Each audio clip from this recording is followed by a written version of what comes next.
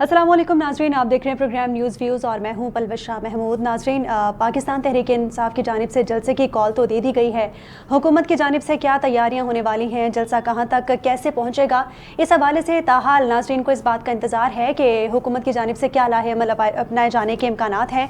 पाकिस्तान तहरीक इंसाफ की जानिब से 8 फरवरी को जैसे ही मुल्क भर में इलेक्शन हुए थे, उसके फ़ौरन बाद मुतादिद बार एहतजाज की कॉल्स भी दी गई, धरनों का भी कहा गया।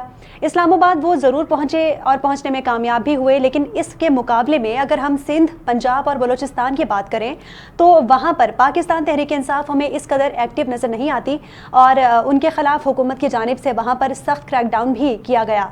जलसे ज़रूर किए गए लाहौर में भी, इसके अलावा पंजाब के मुख्तलिफ शहरों में भी, इस्लामाबाद में भी उन्हें इंतज़ामिया की जानिब से बारहा रोकने की कोशिशें की गई, लेकिन बिल आखिर जलसे की वहाँ पर भी इजाज़त दे दी गई। जो लास्ट पाकिस्तान तहरीक इंसाफ की जानिब से जलसा किया गया वो सवाबी में किया गया और 4 नवंबर की अगर बात की जाए तो 24 नवंबर को एहतजाज की कॉल दी गई है।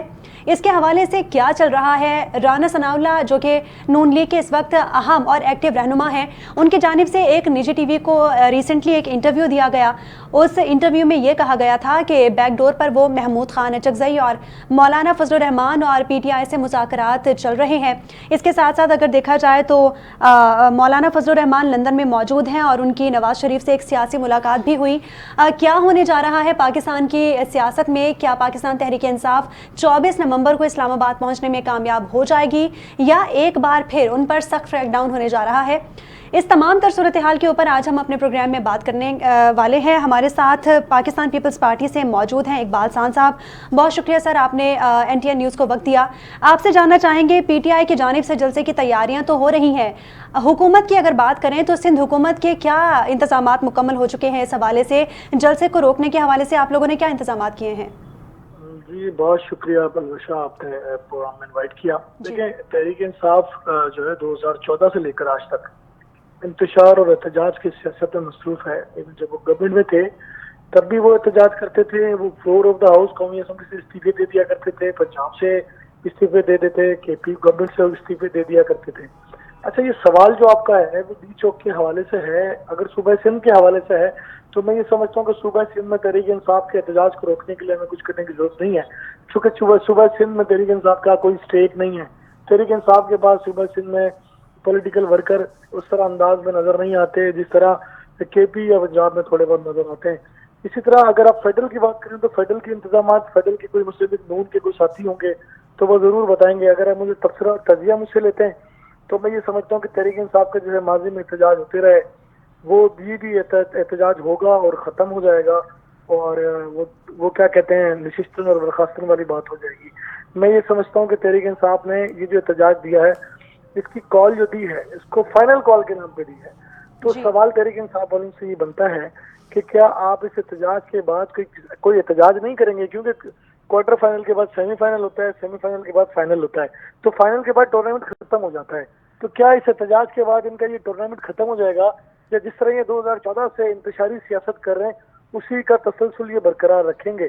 तो ये किसी तहरीक इंसाफ के दोस्त अगर हों आपके साथ तो जरूर पूछिएगा कि ये फाइनल कॉल से उनकी क्या मुराद है। फाइनल कॉल के बाद इनका एहतजाज या तो ये थक हार के घर चले जाएंगे या इसके बाद कभी एहतजाज नहीं करेंगे और इमरान खान को उनके हाल पर छोड़ देंगे। जरा इसकी वजाहत मुझे जरूर कीजिएगा। जी इकबाल साहब, अगर फेडरल के साथ साथ पूरे पाकिस्तान की बात की जाए, क्योंकि PTI की जानिब से पूरे पाकिस्तान में एहतजाज की कॉल दी गई है, स्पेसिफिकली कराची की अगर बात करें, क्योंकि आप सिंध हुकूमत के नुमाइंदे हैं, तो कराची में सिंध हुकूमत की जानिब से क्या इंतजाम किए गए हैं? क्या एहतजाज को मुकम्मल तौर पर नाकाम बनाए जाने के लाहे अमल आप अपनाएंगे? क्या करने वाले हैं पलवशा, मैं आपको बताऊं, मैं अभी तहरीक इंसाफ की क़यादत की प्रेस कॉन्फ्रेंस देख रहा था, उसमें उन्होंने कहा जी बलूचिस्तान और जो है सूबे सिंध के लोगों को हमने नहीं बुलाया, यानी कि उन्होंने जिक्र किया कोयटा और कराची के लोगों को हमने नहीं बुलाया जी, वो अपने अपने शहर में एहतजाज करें।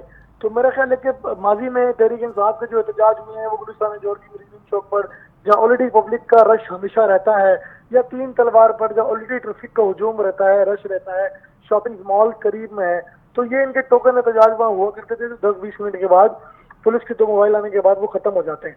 तो ये जो एहतजाज है, इनके कराची में होने वाले एहतजाज, हमें उसकी तैयारी करने की बल्कि कोई जरूरत नहीं है। हम इनको शहर कराची में सूबा सिंध में काबिल समझते नहीं कि इनको हिसाब में लें। रही पंजाब की और KP की बात, तो यकीनन फेडरल ने कोई तैयारी की होगी जिस तरह माजी में तैयारी होती रही है। ऐसी कोई तैयारी होगी, जरूर होगी, क्योंकि 9 मई जैसा वाकयात ना हो दोबारा। 2014 में जिस तरह इन्होंने टीवी स्टेशन पर पीटीवी पर कब्जे किए थे, बिल्कुल। इस तरह के वाकयात दोबारा ना हो, तो हुकूमतें तो अपनी तैयारी करती हैं इस तरह के वाकयात से, इस तरह की शर्मिंदगी से बचने के लिए, और मुझे लगता है कि हुकूमत ने अपनी तैयारी जरूर की होगी। यकीनन हुकूमत की जानिब से तैयारी की गई होगी। इकबाल साहब, आपसे ये भी जानना चाहूँगी, यकीनन मैं ये समझती हूँ, या फिर हमारी दीगर भी जितनी भी पॉलिटिकल पार्टीज़ हैं, मैं उनसे ये पूछना चाहती हूँ कि आपको नहीं लगता कि पीटीआई को फेडरल में भी एहतजाज की इजाज़त दे देनी चाहिए, क्योंकि एहतजाज तो जमहूरियत का हुस्न माना जाता है। अगर एहतजाज की इजाज़त नहीं दी गई तो ऐसा नहीं आप समझते कि पाकिस्तान में इंतशार बढ़ेगा? देखिए, इसमें कोई दो राय नहीं है कि एहतजाज की इजाजत दे देनी चाहिए, लेकिन किसी सियासी जमात के लीडरान अगर ये कहेंगे जी सर पे हम दुफ्फा बांध के निकलेंगे और हम उस वक्त तक नहीं छोड़ेंगे इस्लामाबाद को जब तक हमारे मुतालबात मंजूर ना हो जाए, तो सर पे कफन बांधना, हम जो है इनका मुकाबला करेंगे। आपने देखा होगा कलाशिनकोव बरदार पहले भी लोग आए, असले के साथ लोग पकड़े गए, वजीर आला केपी खुद गाड़ियां तोड़ता हुआ नजर आया। तो अगर इस तरह का एहतजाज होता है, एहतजाज उसको कहते हैं जब बिलावल भुट्टो जरदारी ने किया था, 10 दिन का लॉन्ग मार्च था और इस्लामाबाद पहुंचने तक एक गमला भी नहीं टूटा और हमें भी रोकने की कोशिश की गई। मैं उस एहतजाज की भी बात करूंगा जब बिलावल भुट्टो जरदारी को बुलाया जाता था, जब वो किसी सरकारी ऑफिस बेरियर कभी रहे नहीं, उस वक्त बुलाया जाता था। और एक बार रमजान का महीना था, मैं खुद उनके साथ इजहार यकजहती के लिए गया था और इस्लामाबाद में मुझे गिरफ्तार किया गया था। तो तहरीक-ए-इंसाफ माजी में ये चीजें करती रही हैं। जी ठीक है इकबाल साहब, हमें इस वक्त पाकिस्तान तहरीक-ए-इंसाफ से शाहनवाज जदून साहब भी ज्वाइन कर चुके हैं, उनसे भी मौक़िफ़ लेना चाहेंगे। बहुत शुक्रिया शाहनवाज साहब, आपने एनटीएन न्यूज़ को वक्त दिया। आपसे ये जानना चाहेंगे कि क्या तैयारियां हैं पीटीआई के जलसे के हवाले से? क्या हुकूमत की जानिब से अगर रिसिस्ट किया गया तो आप लोग तब भी जलसा करेंगे? बिस्मिल्लाहिर्रहमानिर्रहीम, बहुत बहुत शुक्रिया। बिल्कुल हमारी तैयारी ज़ोर और शोर से जारी है और हमारी मुख्तलिफ वार्ड लेवल पे हम मीटिंग्स कर रहे हैं और इंशाअल्लाह जिस तरह इमरान खान साहब ने कहा है कि ये फाइनल कॉल है, तो इंशाअल्लाह बहुत बड़ी लाखों की तादाद से इंशाअल्लाह पूरे पाकिस्तान से लोग आएंगे और हमारी तैयारियां जारी हैं। और ये धरना हम उस वक़्त तक जारी रहेगा जब तक हमारे मुतालबात पूरे नहीं होते हैं।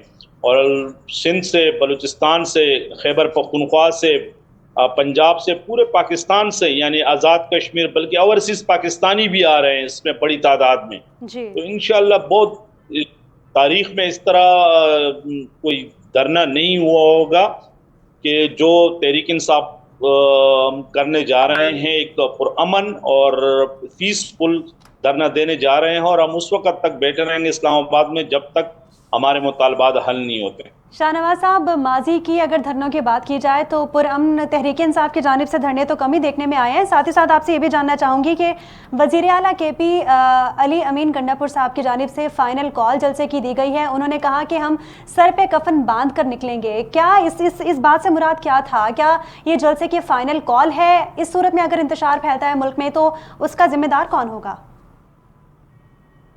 देखिए, हम तो पहले भी पुरअमन थे और अभी भी पुरअमन होंगे।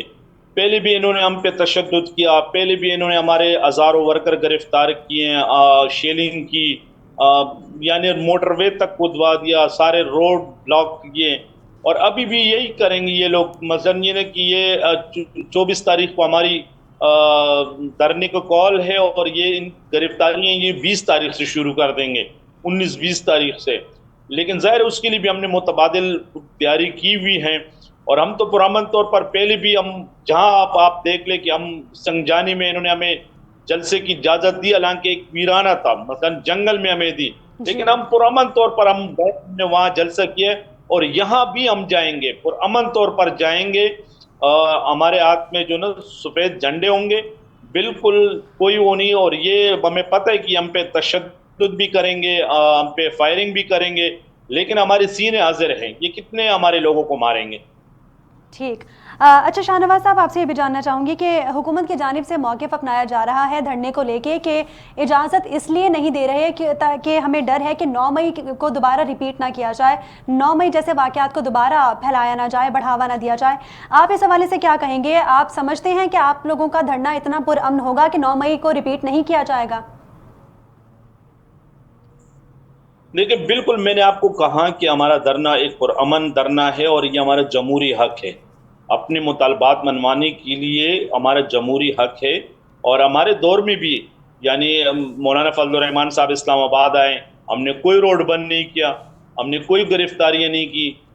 बिलावल साहब आए, हमने कोई गिरफ्तारी नहीं की। कोई दिखाएं एक कि भाई हमने इनके एक वर्कर को भी अरेस्ट किया हो। इस्लामाबाद आए पुरअमन तौर पर, हमने कहा कि जो भी आना चाहिए, इवन कि ये मरियम नवाज साहिबा ये आई थी, वहां धरना दिया, 3 दिन ये बैठी रही वहां फैजाबाद पे, कोई हमने गिरफ्तारी नहीं की, कोई इनकी रास्ते में रुकावट नहीं डाली।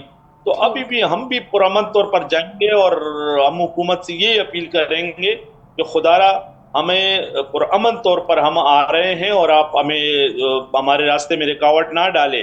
दूसरी बात है कि आपने 9 मई की बात की थी कि 9 मई को तकरीबन 2-2.5 साल हो गए, लेकिन ताहाल हम कि अभी तक हम चीख रहे हैं कि भाई आप उस पर कोई कमीशन बनाए, कोई कमीशन बनाए ताकि पता लगे कि 9 मई के अंदर कौन लोग मुलविस थे, 9 मई से किन लोगों को फायदा हुआ और किन को नुकसान हुआ। जाहिर है ये इनका अपना क्या हुआ था सारा ड्रामा, इसलिए ना ये कोई कमीशन बना रहे हैं। और जो हमारे लोग अरेस्ट हैं या जो जमानतों पे हैं, 2 साल से कोई इन्होंने चालान पेश नहीं किया क्योंकि इनके पास कोई सबूत है नहीं। तो खाली झूठे FIR बन तहरीक इंसाफ पे पाबंदी लगाने के लिए सब ड्रामा रचाया गया था।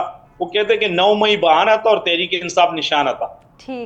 ठीक है। इकबाल साहब, आपकी जानिब आना चाहूँगी। आपने शाहनवाज साहब का क्लियर मौक़िफ़ सुना। उनकी जानिब से कहा जा रहा है कि हम लोग अगर धरना करते हैं तो मुकम्मल तौर पर वो एक धरना पुरअमन होगा। आप क्या समझते हैं, हुकूमत को किस चीज़ का खौफ है? 9 मई यकीन दहानी कराई जा रही कि रिपीट नहीं होगा। इसके साथ साथ ये भी कहा जा रहा है कि हमारी तरफ से कोई इश्तियाल अंगेज़ी भी नहीं फैलेगी। तो हुकूमत किस चीज़ से खौफजदा है, किस चीज़ की वजह से धरना करने से रोक रही है? देखिए, जदून साहब हमारे बड़े प्यारे दोस्त हैं, बड़े भाई हैं, लेकिन मैं जदून साहब की कुछ बातों से इत्तेफाक इसलिए भी नहीं कहूँगा। और भी जदून साहब ने भी अपनी गुफ्तगू में कहा कि जी हमारी ये फाइनल कॉल है। तो मैंने आपसे कहा था कि जरा PTI के कोई भी दोस्त हो तो उनसे ये पूछिएगा कि फाइनल का मतलब होता है इसके बाद कुछ नहीं है। क्योंकि मैंने कहा ना, वर्ल्ड कप और जो है चैंपियंस ट्रॉफी हो या एशिया कप हो, quarter final, pre quarter final, semifinal और फाइनल के बाद टूर्नामेंट खत्म हो जाता है। तो क्या इस फाइनल कॉल के बाद PTI का टूर्नामेंट खत्म हो जाएगा, गवर्नमेंट का टूर्नामेंट खत्म हो जाएगा? ये करने क्या जा रहे हैं?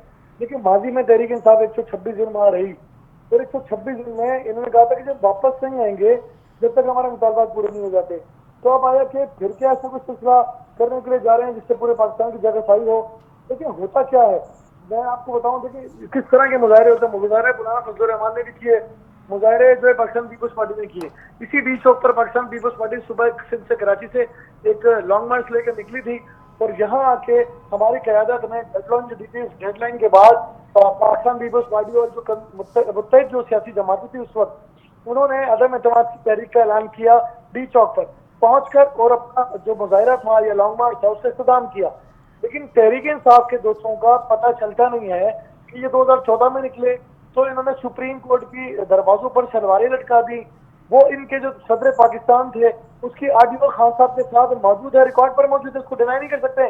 वो जनाब PTI पर कब्जा हो गया तो वो खान साहब कहते जी जान दो, प्रेशर बनेगा। तो इस तरह की सियासत अगर हमारे मुल्क में होगी, ये बनी गार्डन जब गए तो पेट्रोल बम फेंके गए, 9 मई का खान साहब गिरफ्तार हुए तो आपने अपने मुल्क के इदारों के ऊपर हमले कर दिए, आपने शोधा की यादगार की तस्दीक कर दी। तो मुझे बताएं कि पाकिस्तान में कोई सियासी लीडर पहले गिरफ्तार नहीं हुआ था? क्या जुल्फिकार अली भुट्टो गिरफ्तार नहीं हुए? क्या शहीद मोहतरमा बेनजीर भुट्टो गिरफ्तार नहीं हुए? आसिफ अली जरदारी गिरफ्तार नहीं हुए थे? मियां नवाज शरीफ गिरफ्तार? पाकिस्तान में सियासी गिरफ्तारियां होती हैं और ऐसा नहीं है कि ये पहली गिरफ्तारी है। तो ऐसे क्या हुआ कि खान साहब की गिरफ्तारी पर इस मुल्क में कयामत आ गई और आपने कह दिया कि जब इस मुल्क में खान साहब की हुकूमत नहीं है तो खुदा ना खासा आइटम बंद करा दिया जाए। तो क्या खान साहब अगर वजीर आजम होंगे तो ही मुल्क ठीक है? अदरवाइज मुल्क बर्बाद है, मुल्क तबाह हो जाए, मुल्क का बेड़ा गर्क हो जाए। अगर ये वाली इनकी लाइन है तो मैं समझता हूँ कि एहतजाज के लिए इनको रोकना चाहिए। अगर ये डेमोक्रेटिक अंदाज में जिस तरह दीगर सियासी जमातें अपने एहतजाजी मुजाहरे करती हैं उसी अंदाज में डेमोक्रेटिक स्टाइल में अगर एहतजाज करते हैं, ये धमकी भरे एहतजाज नहीं होते। जो मैंने कहा, बिलावल भुट्टो जरदारी ने 10 रोजा लॉन्ग मार्च किया, उन्होंने डेडलाइन दी, पहले दिन शुरू करा, 9 दिन रह गए, 8 दिन रह गए, 7 दिन रह गए, रोज एक अल्टीमेटम देते थे। 10वें दिन बिलावल भुट्टो जरदारी ने अदम एतमाद की तहरीक का ऐलान किया और उस पर कामयाबी भी हासिल की।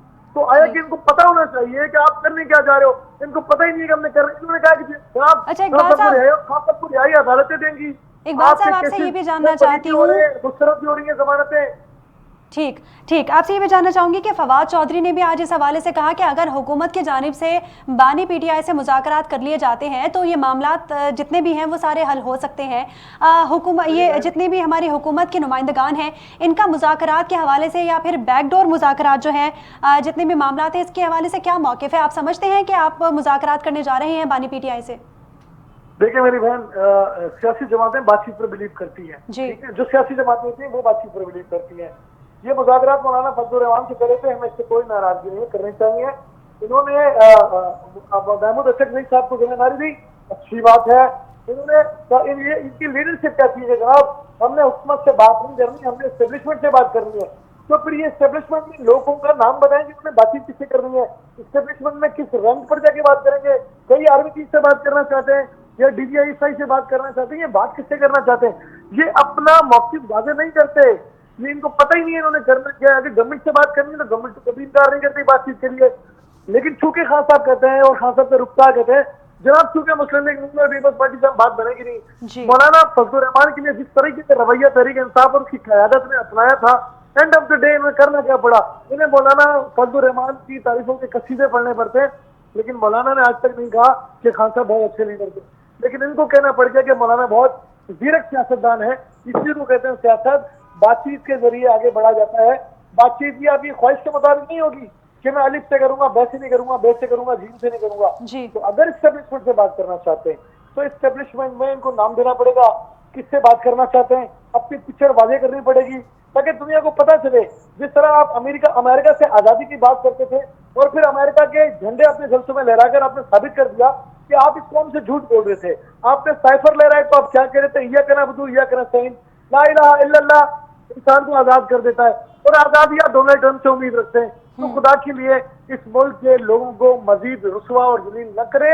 इनकी लाइन पूछ लें, इनकी करना क्या है, इन्होंने पता ही नहीं है इन्होंने क्या करना है। बुशरा बीबी कहते हैं कुछ और करना है, अलीमा बाजी कुछ और बताती है, कहते हैं विद इन द पार्टी खिलाफ है, एहतजाज की बात पर इत्तेफाक नहीं है। तो पहले ये मुत्तफिक हो जाए, उसके बाद ही गवर्नमेंट को चैलेंज करें, तो फिर कोई रास्ता शायद निकलेगा। और फिर इनसे ये जरूर पूछ लेंगे कि बातचीत किससे करना चाहते हैं। ठीक है, ठीक है। शाहनवाज साहब, आपकी जानिब आना चाहूँगी। हमारे साथ इकबाल साहब मौजूद हैं, उनकी जानिब से ये कहा गया कि हुकूमत मुज़ाकरात पे यकीन रखती है। आप बताएं कि अगर हुकूमत की जानिब से मुज़ाकरात का हाथ आगे बढ़ाया जाता है तो PTI का इस हवाले से क्या मौक़िफ़ होगा? क्या PTI तैयार है मुज़ाकरात करने के लिए? पहले तो मैं अपने भाई से ये पूछूंगा कि भाई इनके पास इख्तियार है, इनको तो बिठाया गया, जबरदस्ती बिठाया गया। ये आपने उसमें नहीं देखा जब 26वीं आईनी तरमीम हो रही थी, हुकूमत का हिस्सा तो है पीपल्स पार्टी। बात ये है कि पहले तो ये पूछे कि भाई ये हुकूमत में या अपोजिशन में है, इनसे ये पूछे। और दूसरी बात यह है कि इनके पास इख्तियार है। यहाँ सिंध से एक सेनेटर मुंतखब हुआ था जब 26वीं आईनी तरमीम पेश हो रही थी, तो रात के 2 बजे जब वो बाहर निकला तो उसने कहा कि ये निकम्मे और नाअहल, उन्होंने कहा कि ये निकम्मे और नाअहलों की वजह से आज ये 26वीं आईनी तरमीम पास नहीं हुई। और वो सेनेटर सबको पता है कि वो किन का बंदा है और किन्होंने मुंतखब करवाया। तो बात यह है कि इनके पास तो इख्तियार है नहीं। मेरा भाई तो वैसे ही बोल रहे हैं, इनके पास इख्तियार है ही नहीं। फार्म 47 की तो ये सारी पैदावार है। इनको पता नहीं कि कराची की सीट इनको कैसी दी गई है। मेरा भाई कराची में रहता है, इनको पता नहीं है, सब पता है इनको। खुद कह रहे हैं इनके सईद गनी ने MQM को नहीं कहा था कि तुम्हारा मैंडेट जाली है। बात यह है कि सब इनको पता है कि वहां बैठे हुए तो मुज़ाकरात उनसे की जाती हैं जिनके पास इख्तियार हो। इसलिए हम मुज़ाकरात उनसे करेंगे जिनके पास इख्तियार होगा। सही। इकबाल साहब, आपसे जानना चाहूँगी आपके पास इख्तियार है भी या नहीं? क्योंकि तहरीक इंसाफ का तो क्लियर मौक़िफ़ ये है कि पाकिस्तान पीपल्स पार्टी के पास कोई किसी किस्म का इख्तियार ही नहीं है। देखिए, फेडरल का इख्तियार तो मेरे पास नहीं है, ना मेरी पार्टी के पास है। मैं तो इख्तियार की बात कर रहा हूँ सूबा सिंध की।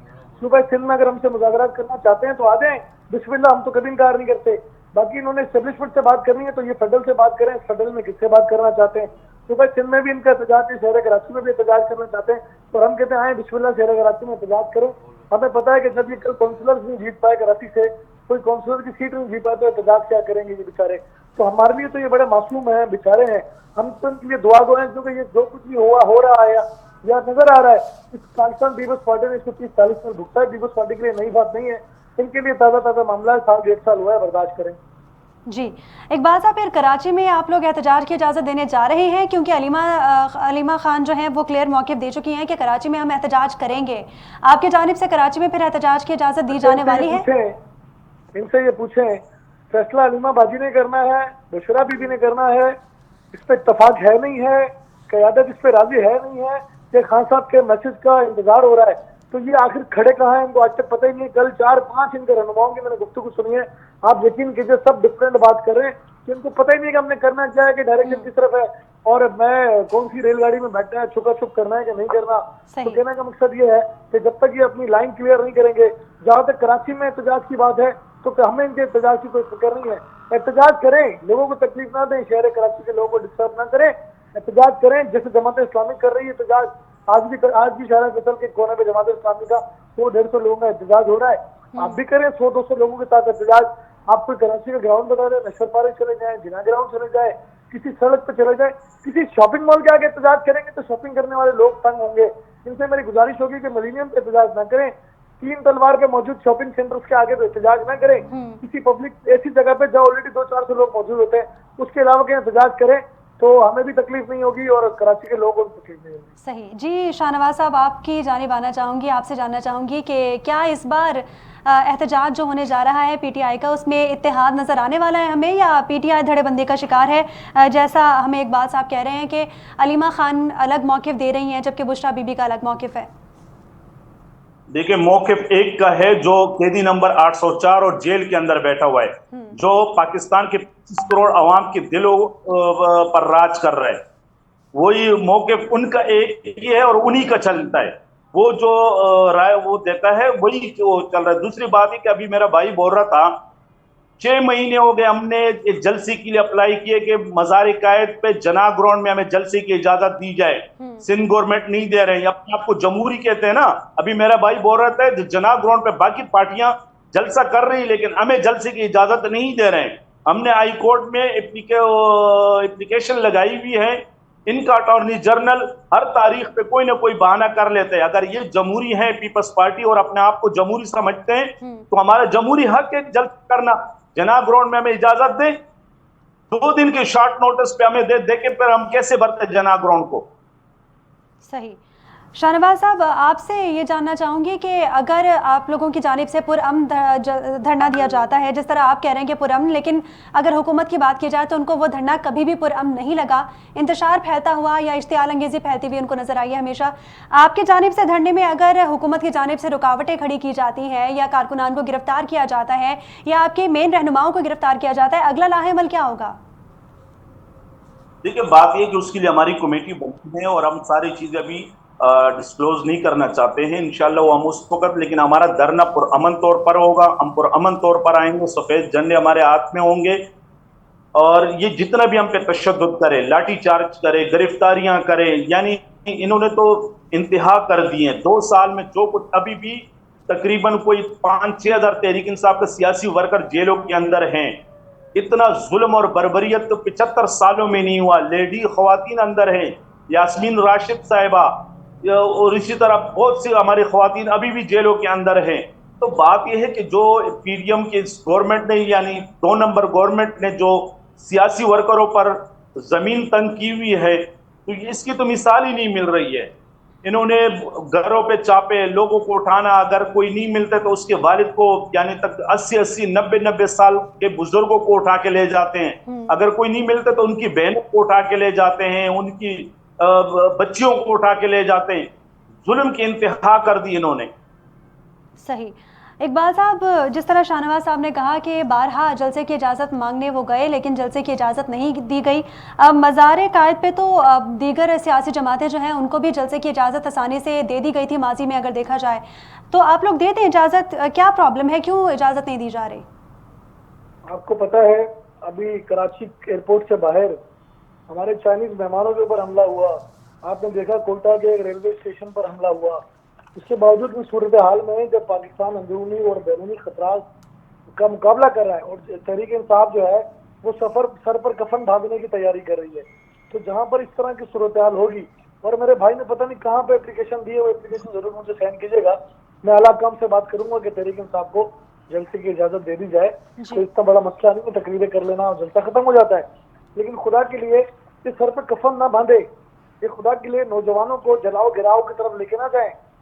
ये पाकिस्तान में खान साहब के अलावा बाकी लोगों को दुश्मन बना दें, या सिर्फ खान साहब मुसलमान हो, तहरीक इंसाफ की जो बात करे वो मुसलमान है, बाकी सब काफिर हैं, ये वाला तरीकेकार छोड़ दें। ये इस मुल्क के लिए बेहतर नहीं है। सियासी जमातें भी आपके लिए रास्ता बनाएंगी, आप भी सियासी जमातों के लिए अपनी गुफ्तगू को कम से कम बेहतर कर लें और गुफ्तगू के अंदाज को बेहतर कर लें। और देखें आज ये जो भी कुछ हो रहा है ना, मैं इसको मकाफत अमल का नाम दूंगा। अगर आपको याद हो कि जो मियां साहब के दौर में, आपको पता ही इमरान खान अमेरिका में खड़े होकर कमरों से ऐसी निकाल रहे थे, तकरीरें मौजूद हैं। मोहतरमा अभी फरियाल टालपुर साहिबा को चांद रात के दिन गिरफ्तार किया गया, वो भी तो किसी की माँ बहन बेटी थी। पाकिस्तान पीपल्स पार्टी के मुद्दे से कारकुनान बिलावल भुट्टो जरदारी से जारी जगदीश के लिए इस्लामाबाद गए, वहां लाठीचार्ज करके आंसू गैस की शेलिंग करके मुद्दे से सैकड़ों कारकुनों को इस्लामाबाद में गिरफ्तार किया गया। तो ये भी तो तहरीक इंसाफ की गवर्नमेंट में होता रहा है कि क्या इन्होंने सियासी कारकुनों को गिरफ्तार नहीं किया? तो जवाब मिलेगा बिल्कुल किया। तो लेकिन ये तरीकेकार ठीक नहीं है। मैं ये सिर्फ और सिर्फ क्रेडिट पाकिस्तान पीपल्स पार्टी को इसलिए दूंगा कि पाकिस्तान पीपल्स पार्टी की गवर्नमेंट में कोई सियासी कारकुन गिरफ्तार नहीं हुआ। फेडरल में जब भी हम हुकूमत में रहे, हमने कभी सियासी कारकुनों को गिरफ्तार नहीं किया। जब आप लोगों के साथ जिस तरह करेंगे, फिर उस तरह के रवैयों का फिर आप इंतजार भी करें। तो जो रवैये आपने अपनाए थे, आपको उसका सामना करना पड़ा है, मुझे तो ये लगता है। ठीक, बहुत शुक्रिया इकबाल सान साहब, पाकिस्तान पीपल्स पार्टी से आप हमारे साथ मौजूद थे, जबकि शाहनवाज जदून साहब पीटीआई से मौजूद थे हमारे साथ, और दोनों ने 24 नवंबर को होने उसके हवाले से अपने अपने मौक़िफ़ से आगाह किया। नाज़रीन, पाकिस्तान तहरीक इंसाफ की जानिब से 24 नवंबर को जलसे की कॉल दी गई है। अली अमीन गंडापुर ने फ़ाइनल कॉल दी है जलसे की कि ये फ़ाइनल कॉल है और हम सर पे कफन बांध कर निकलेंगे।